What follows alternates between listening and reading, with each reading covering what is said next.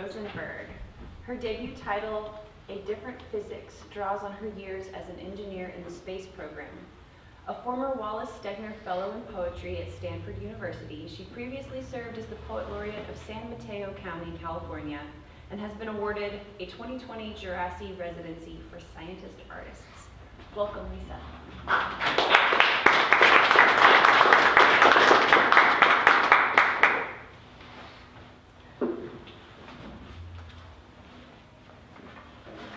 Thank you, Malvern Books, for this wonderful welcome. Can you hear me okay through this? We were in contact with Malvern many, many months ago, back in the fall, and they were enthusiastic from the start. So I am grateful to be here with Adrienne. And although Adrienne and I have been collaborating for almost a year, this is the first time I've been able to hear her work read. So I'm very grateful for that. We are doing a panel of scientist poets in a few days in San Antonio, and that is how we met, both of us having backgrounds in science or engineering. So I'm going to read mostly poems from A Different Physics, and possibly a couple of new pieces. And then Adrienne and I were thinking that we will keep our readings relatively short and hope there might be time for some questions and discussions when we finish. So I'm going to start with a piece that comes from my first professional years, and I began my working life in a place where language, even down to individual words, was very tightly controlled. And that's a huge contrast to being a public servant poet, let alone being a poet. So that contrast and the inner conflict it created was a big source of my not only anxiety, but also my work in art, because poetry really is an art where you work on saying what cannot be said, however literally you take that. The satellite sky. As we dine, the satellites spin.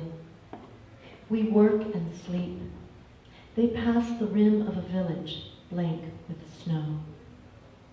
Everywhere the day unfolds.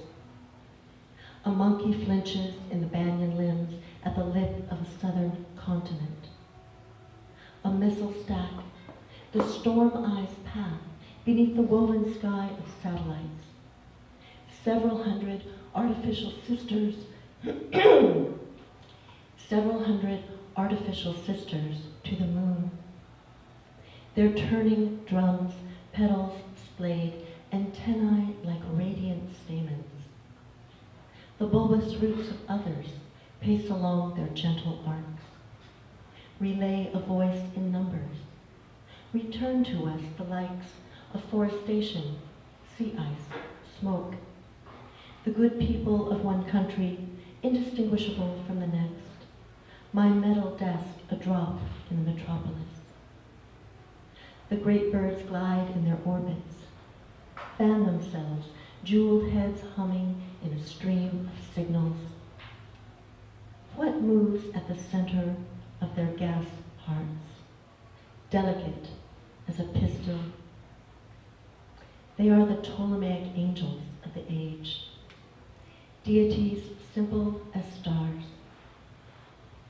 Beneath the lenses of their tempered eyes, a launch site slumbers. A combine rusts in a field of weeds. I entered in a dream, knowing if I brought my words to the marsh at its far edge, still I could tell no one, not even the reeds. That image of Midas's barber whispering his secrets to the reeds was one of the first things that came to mind when I began this working life, and stuck with me. I actually went back to the elementary school film strip. Some of you are older enough to remember film strips, with a black and white cartoon of Midas's barber. So what is this strange place? A lot of these poems come from the pre-digital version of that place. At the Office of Government Security, How do we secure? Which walls? Strictures? A simple room and simple admonitions. I signed my name and I signed my name in the absence of windows, where fiction is strictly prohibited and words off limits, cut off, locked boxes of plain English even, plain English. 2. He made small incisions in my document, and I stood by like an anxious parent, hands folded, questioning but silent as a flurry of forbidden words flew out. 3. Along flesh-tone, corrugated walls. Oops, I'm going to start that one over. That's what happens when you don't read things for a long time. Beside flesh-tone metal walls and square-edged corrugated flanks, whose skirt weaves gravel and asphalt. A wisteria blooms, unfettered and unchecked, along the lacy, beveled trough of a barbed wire fence top. To me, that wisteria was really this statement of glory and victory, so to speak, and also part of that real drive I had to find beauty and to animate that beauty within this kind of harsh environment. So how do we do that, and how did I get there? And it really was a journey of love that started partly from being what as I say, the eldest son, and following in the footsteps of my father and grandfather. And this next piece is very much about that. A lot of my work is about, or launches from objects, and finding out why I'm compelled to either detail or explore a particular object is an exciting journey of discovery for me. So this is about my father's slide rule that my mother found years and years after he passed away. Slide rule. Tool of elegance, of speed against a different meter of a different day. A day you walked out to suburbs and cars and the faithful hold of motor oil on hot asphalt. And orange blossoms. A sky ripe for the faint drone of airplanes. Their hulls designed with aligned precision and the fortitude of hand calculations, of penciled graphs, blueprints and circle templates on an angled drafting board. Mechanical tools where mechanical telephone bells call through the plumes above crowded ashtrays and coffee rings on flecked formica, the desks in rows, the men in ties and shirt sleeves.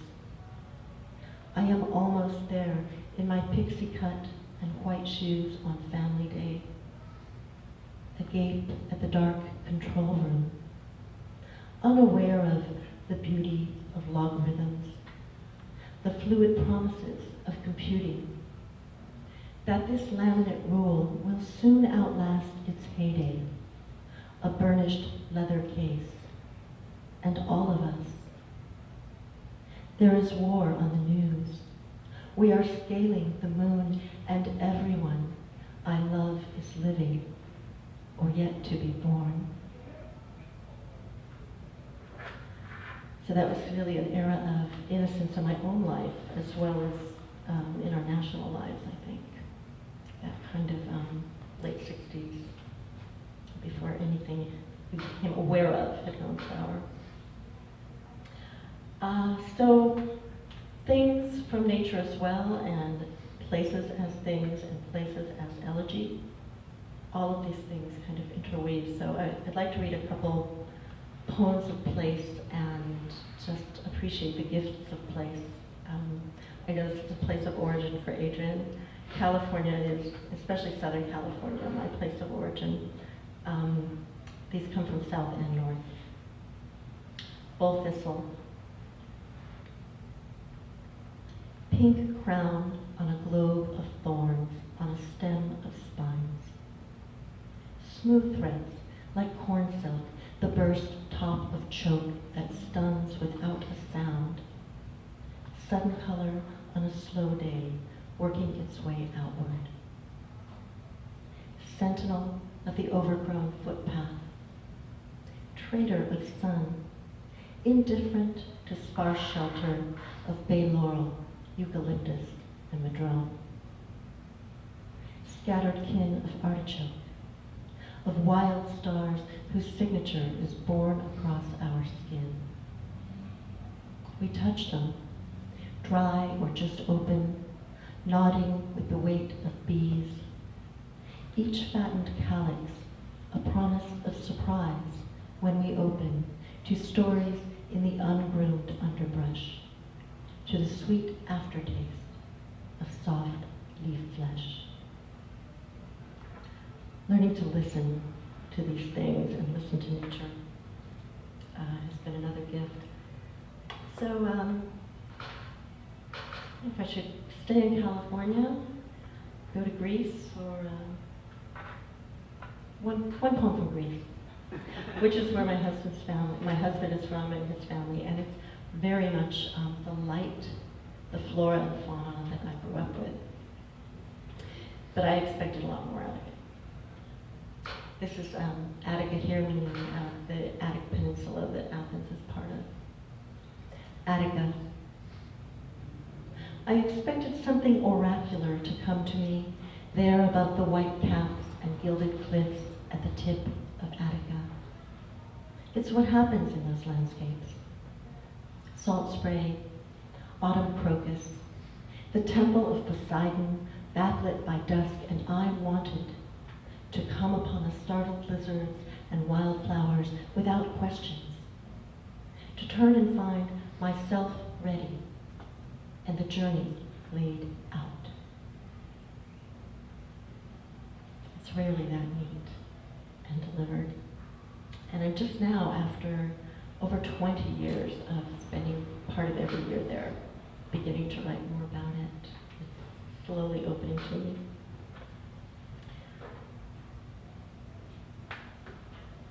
I'm going to read another poem from an arid place, this time California, a fire poem, and I do have a lot of poems about living in or growing up in fire country. This piece is going to appear in a new anthology that will be out in a few weeks. It's called California Fire and Water, a climate crisis anthology. And I've been through many wildfires. Some when I was a child, and my cousin here probably remembers some of those bigger ones. Last year and the year before in California, they were unprecedented, and the smoke lingered in our little pocket of the San Francisco Bay for weeks, and it was very strange and much more somber than what you typically have. Fire sky. First, sweet snow, grass heads and dead wood, the undergrowth undone in one swath of heat. How faultless the motes, the dull lens of dusk all day, mantle of ash, umber streams, untold, inscrutable beginnings.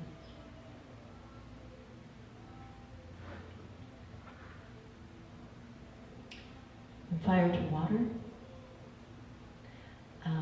a poem from our coast, the Monterey Bay and the Monterey Aquarium, which has developed these exquisite artistic ways to show us jellies, which we used to call jellyfish.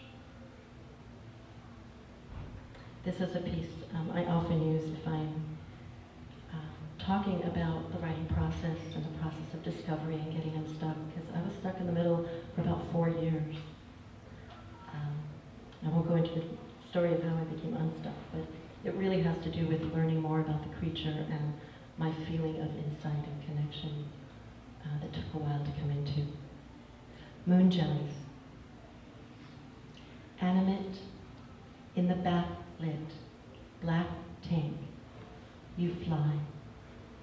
lace-edged ghost bells, propelled by such grace as I cannot match with my clumsy spine, my opacity, the aging truths inside you, unseen and unborn, stung by the fact of your eggs in arced rose, hot flower in a clear skull. That was one of my wanting to have a baby poems. It said baby appears in the poem. So I'm going to close with, let's see, an unconventional love poem, and then a family memorabilia piece, I think, in honor of being here and seeing family. Ekphrastic piece, or began as an ekphrastic piece in response to a square painting, which is a very unusual, a precise square is not your typical painting's aspect ratio, so to speak. But it got me musing on the expression, square the circle, which means do the impossible. Isn't that what we're asked every day? Square nothing. Square the circle. Look me squarely in the eye and say, we are more than the layers of our days. An overcoat, a face, the suitcase of tucked away remembrances to temper loss. Square nothing. Anchor me as talismans dissolve.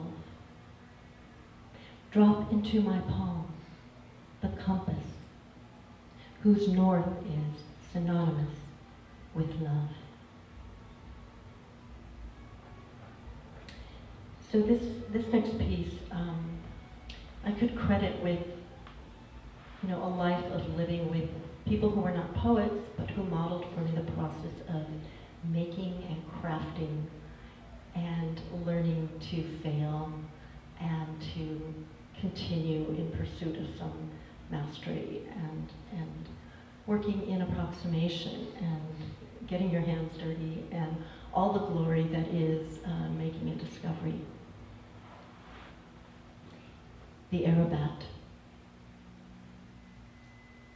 High on his shoulder, my father holds one of his progeny for the world to see. The Los Angeles sky is an almost forgotten blue above his quiet smile. And he is far younger than I am now.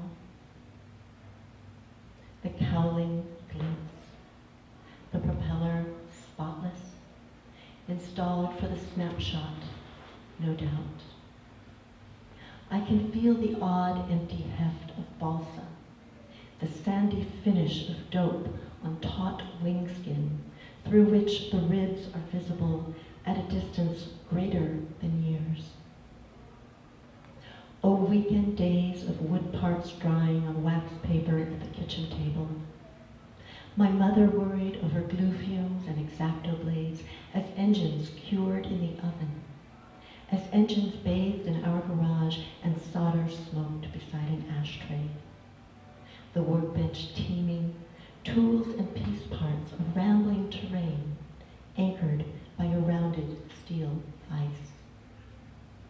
Push rods and plywood, spinners and pins, plans or boxed kits for models fashioned with deference, as his questions took root, as he ventured, slide rule in hand, to draft the Arabat, to meet what years of practice and delight had seeded in him.